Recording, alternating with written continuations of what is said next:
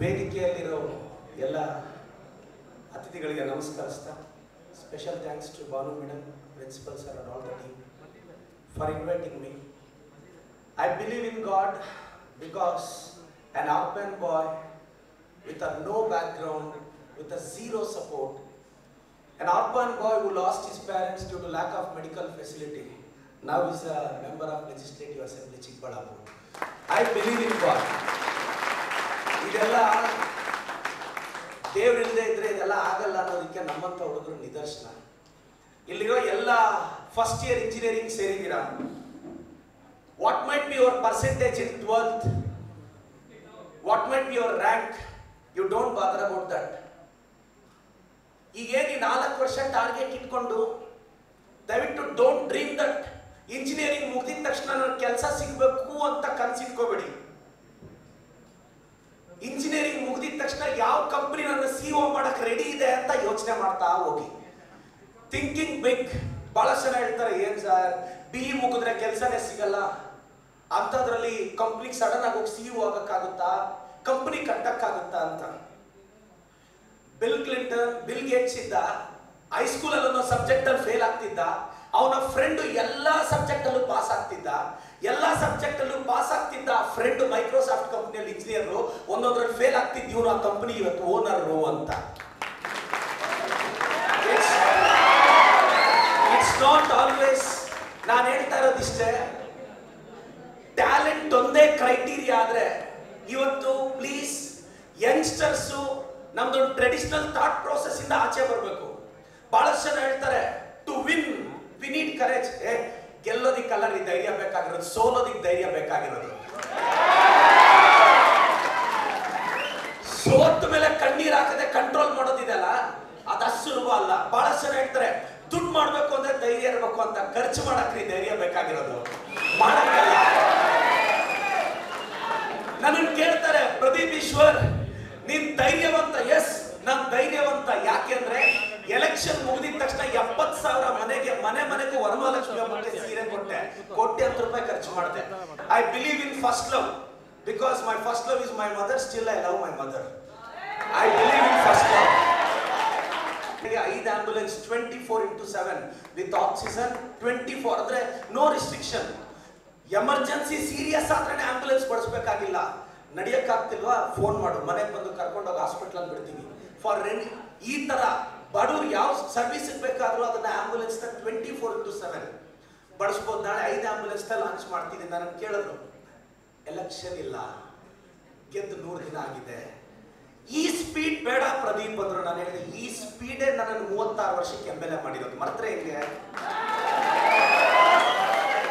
Please I am telling, respect what you R.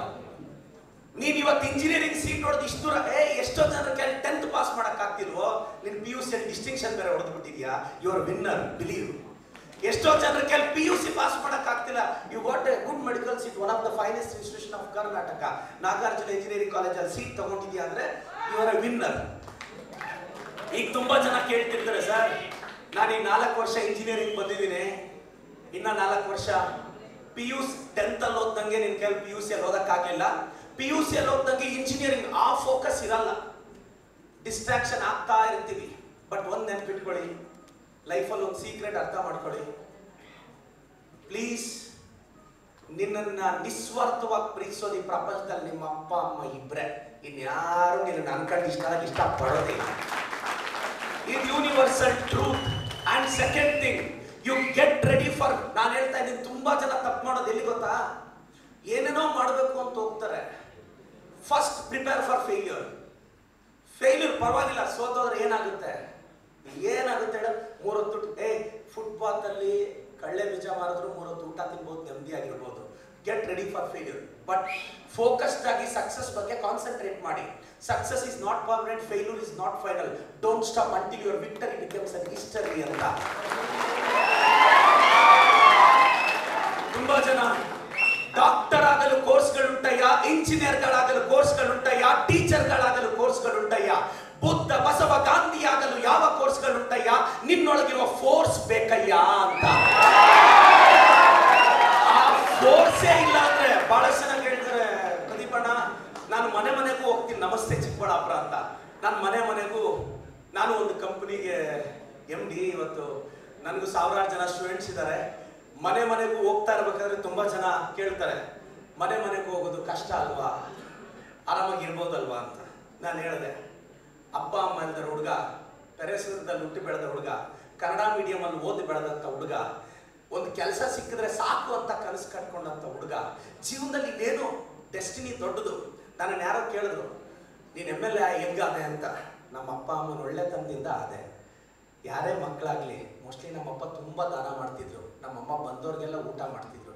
ಅದಕ್ಕೆ ಆ ಒಳ್ಳೆ ಥರನೇ 22 ದಿನದಲ್ಲಿ ನನ್ನಂಥ ಹುಡುಗನ ವಿಧಾನಸೌಧಕ್ಕೆ ಕಳಿಸಿದ್ದು ಜನ.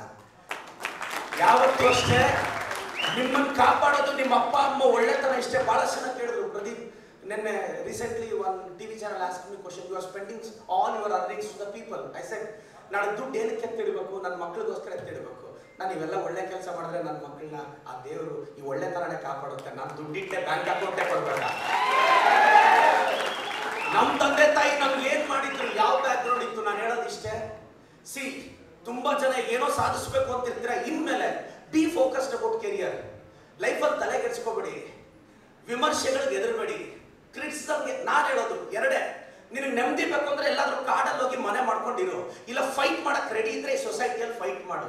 ನಿಮ್ಗೆ ಬಿದ್ದೆ ಅಂದ್ರೆ 4 ಎಕ್ಸ್ಟ್ರಾ ಹಾಕಿ ಸಮಾಧಿ ಮಾಡಿ ಬಿಸಾಕ್ತಾರೆ. ಇಂಥ ಸೊಸೈಟಿಯಲ್ಲಿ ನಾವು ಬದುಕ್ತಾ ಇರೋದು. So B focus. ಸರ್ ಹಂಗಂದ್ರೆ ಯಾರೇನಾದ್ರೂ ಅನ್ಸ್ಕೋಬೇಕಾ ಸರ್? ಅನ್ಸ್ಕೋಬೇಡ. ಯಾರಾದ್ರೂ ಕಲ್ಲು ಹಾಕಿದ್ರೆ ನೀನು ಫ್ಲವರ್ ಹಾಕೋದ್ರೆ ಪಾಟು ಸೇರ್ಸ್ ಹಾಕೋರ್ಗು ಸುಮ್ಮನೆ ಇರುವಂತ.